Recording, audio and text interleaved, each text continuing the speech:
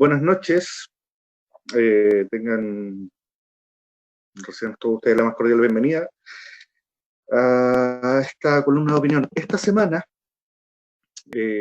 sin lugar a dudas, la noticia que se toma a la agenda es la posibilidad de comenzar a pensar en un proceso de desconfinamiento. Y lo digo de esta manera porque finalmente es una idea bastante incipiente que tiene la particularidad y llama mucho la atención el hecho de que cuando recién comenzaba la pandemia, el gobierno se apuró en más de alguna ocasión en dar por terminada la pandemia. Si ustedes recuerdan y hacemos memoria, se nos habló de volver a clases, se nos habló de nueva normalidad, se nos habló de retorno seguro, todas ellas medidas que fueron sumamente extemporáneas y muy poco vinculadas con la realidad de los contagios.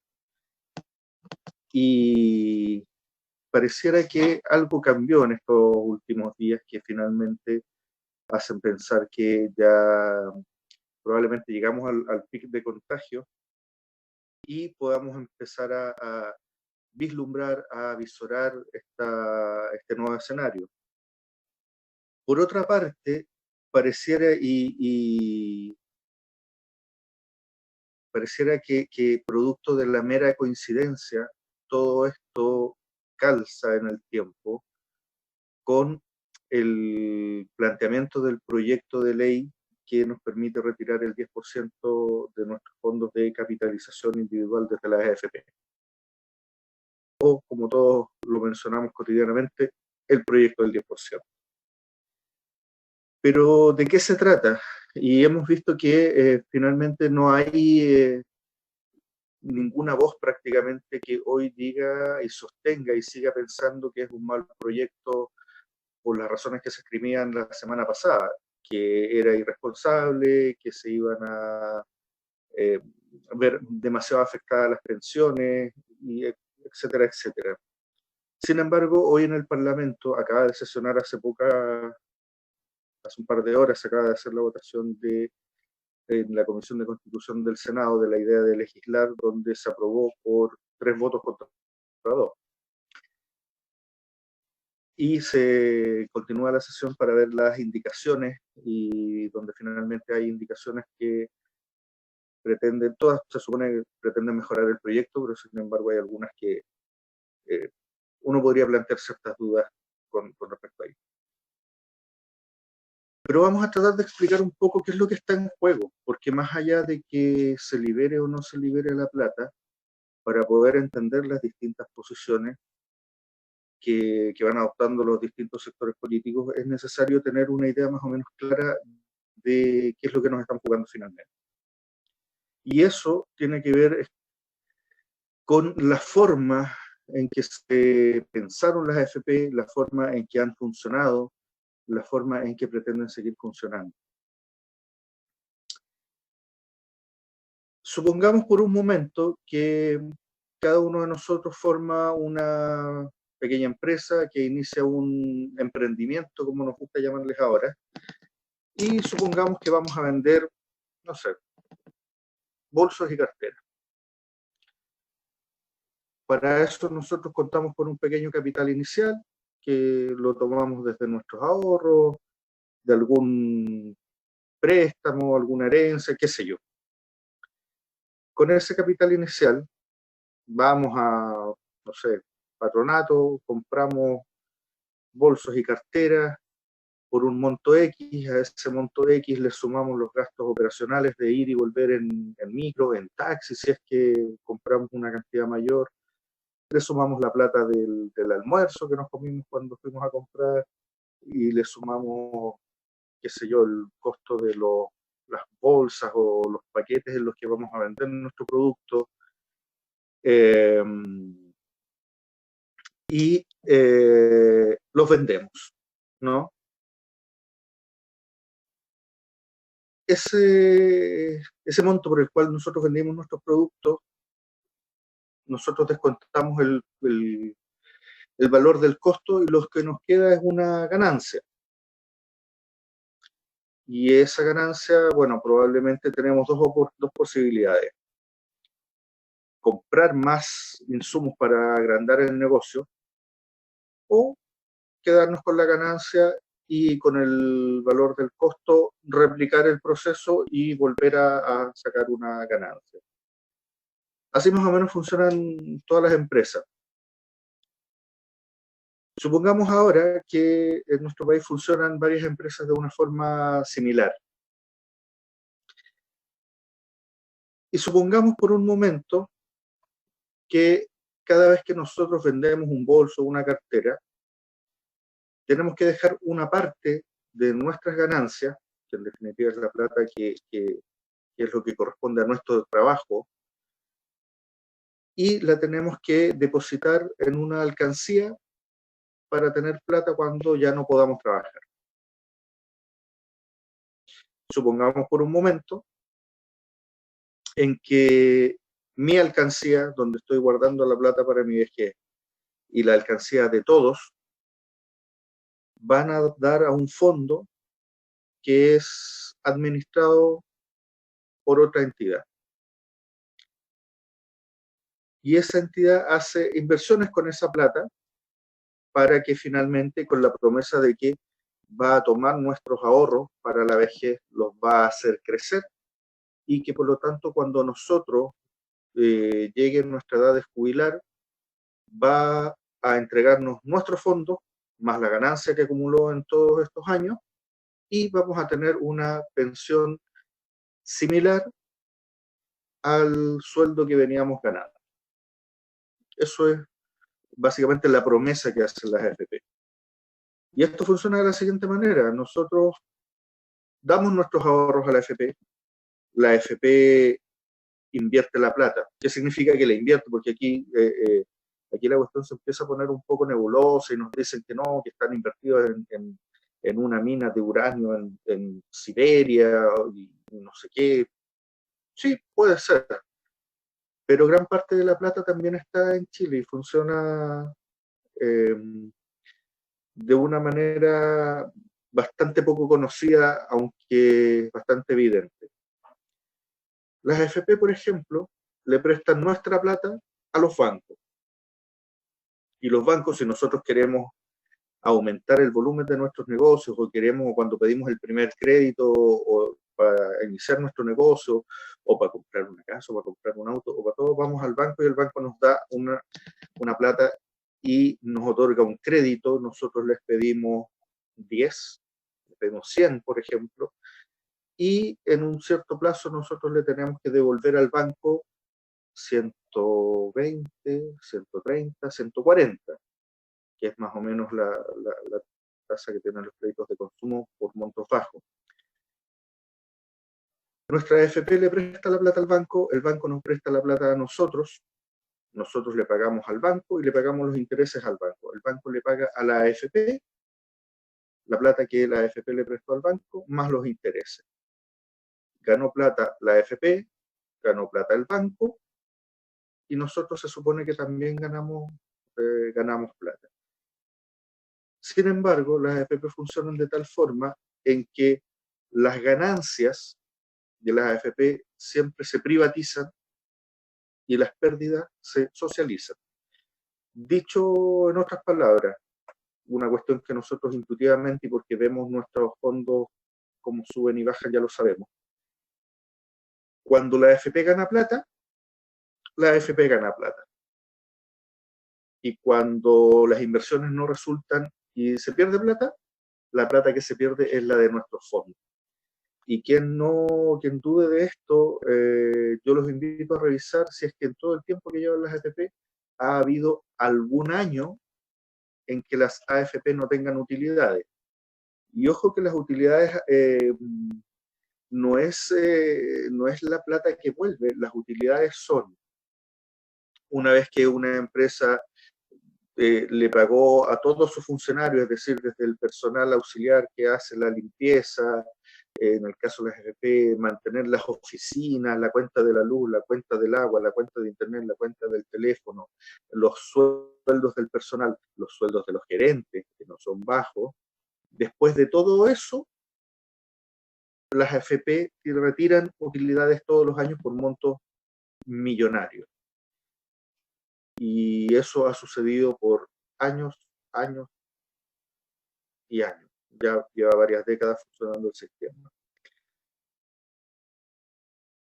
Entonces, visto así, es un negocio fabuloso para los dueños de la AFP.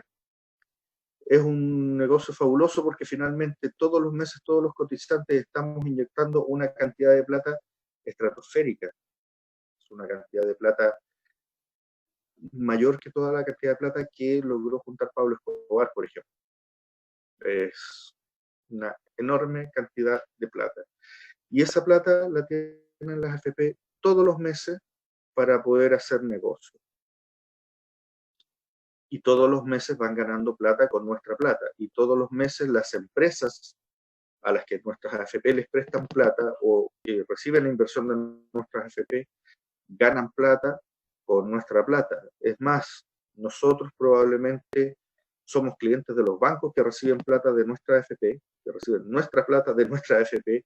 Probablemente nosotros compramos en las tiendas del retail, en las multitiendas que reciben plata, reciben nuestra plata de nuestras AFP y nosotros les pagamos para que ellos sigan ganando plata gracias a la plata que les prestó nuestra AFP de nuestro fondo de capitalización individual. Y es fabuloso para todo el sistema financiero, particularmente para la gente que tiene ganancias, pero no funciona para que nosotros podamos tener pensiones. Entonces, cuando planteamos la idea de retirar el 10% de nuestros fondos de pensiones, y hay mucha gente que pone el grito en el cielo, tenemos que preguntarnos, bueno, ¿por qué ponen el grito en el cielo? Y finalmente, si nuestras pensiones se ven reducidas, si nuestros fondos, no sé, si llegamos a perder 1 millón, 2 millones, 3 millones, hagamos memoria y recordemos también que hemos perdido más o menos la misma cantidad de plata por crisis económicas que ni siquiera han tenido lugar en el país. Perdimos plata con la guerra del Golfo, nuestros fondos bajaron con la crisis subprime de Estados Unidos, en los 90 nuestros fondos perdieron capitalización, bajaron gracias a la crisis asiática y así un sinnúmero de eventos que han hecho que nuestros fondos igual bajen. Entonces, reiteramos la pregunta, y es la pregunta que nosotros desde lo cotidiano nos hacemos. ¿Cuál es el problema con retirar nuestro 10%? Porque en último caso, ok, retiramos el 10% de nuestros fondos, y todavía estas empresas siguen haciendo negocio con el 90% de nuestros fondos, que es mucha plata, es una enorme cantidad de plata. Entonces, ¿qué hay detrás, por ejemplo, de una indicación como la que anunció el senador Lagos Weber, que parafraseando sus palabras, literalmente dijo, yo no voy a permitir que alguien retire, perdón, 4,5 millones de la AFP y los deposite en el APB y que con eso gane plata. Es decir, para el senador Ricardo Lagos Weber, que una persona que retire el 10% de sus fondos, que equivalga a 4,5 millones, es decir, una persona que tenga por lo menos, que es el tope, una persona que tenga por lo menos 45 millones ahorrados en la AFP y de ahí para arriba, él no quiere permitir que esa persona saque el fondo, saque esa plata y la deposite en el mismo APB de la misma AFP y que gane plata. Ahora, yo estaría feliz de poder retirar 4,5 millones de mis fondos de pensiones, pero no los tengo. Y la mayoría de nosotros probablemente tampoco los tiene. De hecho, una gran mayoría de los cotizantes va a poder sacar 1 millón y otra cantidad importante de los cotizantes va a poder sacar todos sus fondos de pensiones y eso va a ser menos de 1 millón.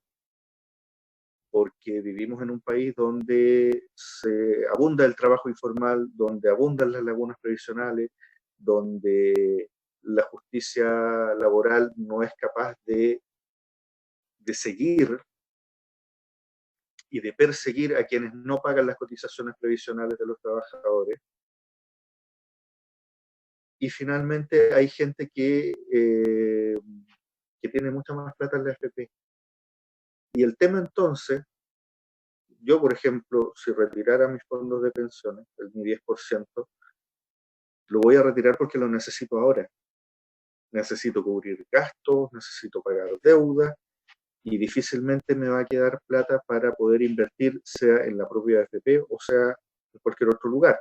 Por lo tanto, quienes tienen la posibilidad de sacar la plata e invertirla son personas que ya tienen cubiertas las necesidades básicas, que no son muchas.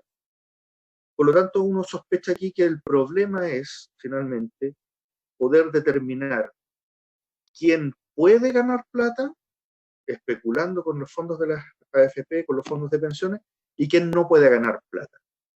Donde finalmente pareciera que es muy correcto que las AFP lucren y especulen y ganen plata con nuestra plata, pero es absolutamente inconcebible que nosotros mismos ganemos plata con nuestra plata. Y pareciera que eso, que hay ahí una razón bastante poderosa, tanto así que en el caso del senador Lagos Weber presente una indicación para el proyecto. Y es curioso que la mayoría de los políticos y que siempre han defendido la libertad de comercio, por ejemplo, y las libertades individuales, llegado a este punto en cuando uno quiere hacer efectiva su libertad individual y quiere hacer efectiva su libertad para invertir, le ponen trabas. Para ponerlo en un ejemplo un poco más simple, hasta hace poco tiempo se pudo ver en la televisión abierta la serie de Pablo Escobar, El patrón del mal. Y Pablo Escobar tenía un sistema de funcionamiento empresarial más o menos similar al de muchas empresas, no es una gran diferencia.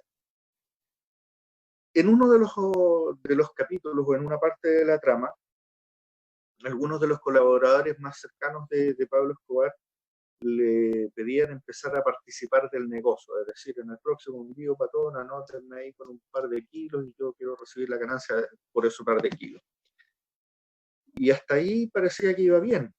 Y en algún momento, cuando alguno de estos colaboradores se quiso independizar y decir, patrón, nosotros ya sabemos cómo funciona el negocio, por lo tanto ahora nosotros queremos hacer negocio, el protagonista de la serie Pablo Escobar cambia su actitud y les dice que o abandonan la idea de ser independientes o les va a corresponder la cortesía con balas. Que guardando las proporciones pareciera ser un poco el caso de lo que tenemos acá. Todo parece indicar que a pesar de todas las indicaciones que se hagan, ¿no?, y el proyecto va a seguir avanzando en el Senado y finalmente va a ser promulgado.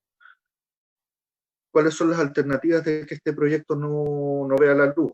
Bueno, una vez que termine el trámite legislativo, está siempre la posibilidad de que el presidente de la República, no olvidemos que Chile es un país altamente presidencialista, ejerza su capacidad de veto y vete el proyecto. ¿Qué significa eso? Que el presidente tiene la capacidad de decir, ok, Parlamento, ustedes están de acuerdo, aprobaron este proyecto, pero yo que soy el presidente, pongo mi autoridad sobre la mesa y digo que este proyecto no va. Es altamente improbable que eso llegue a suceder. Y pareciera que las estrategias hoy día van más bien por el lado de trabar la discusión. Hoy día mismo en la sesión de la Comisión del Senado, el senador Andrés Alamán plantea su voto de rechazo a la idea de legislar con el argumento de que la mayoría de la comisión no bastaba, no podía ser una votación de 3/5, sino que tenía que ser aprobada la moción por una votación de 2/3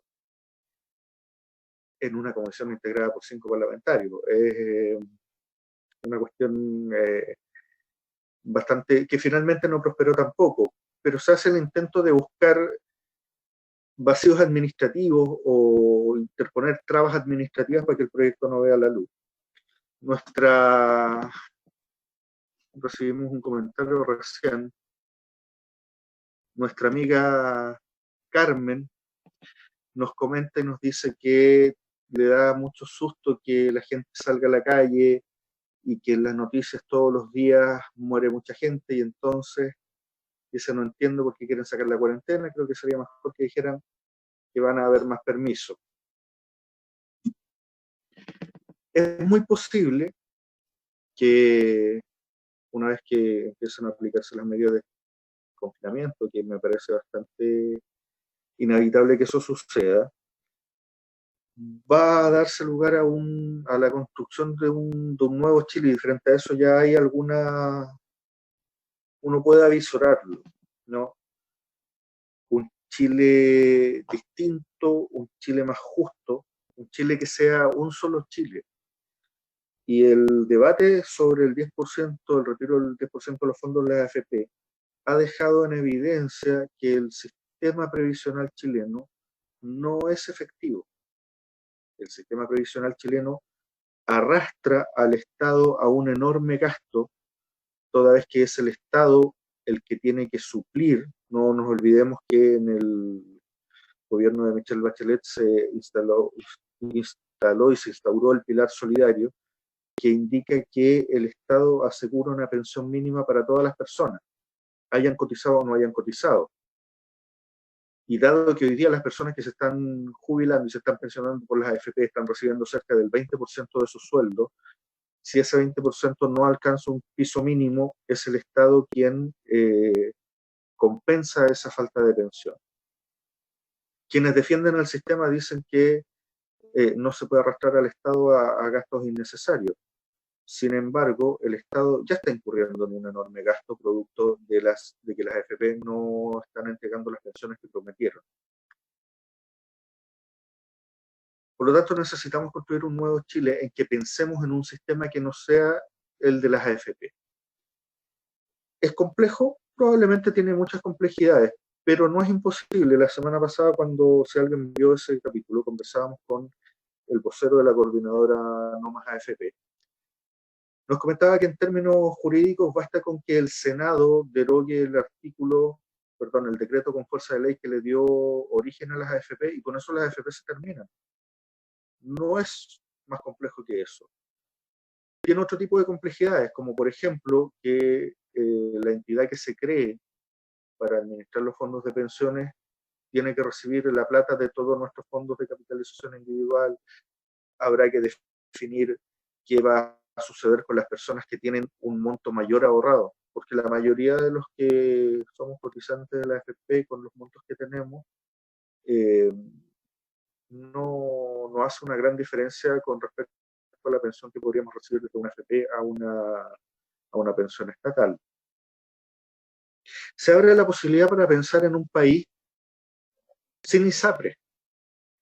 El ministro Enrique París hoy mencionaba, a propósito de la evolución de la pandemia, que como uno de los elementos positivos, que la coordinación entre los sistemas de salud público y privado había funcionado bastante bien, y que ese actuar en conjunto había permitido enfrentar la pandemia en mejores condiciones.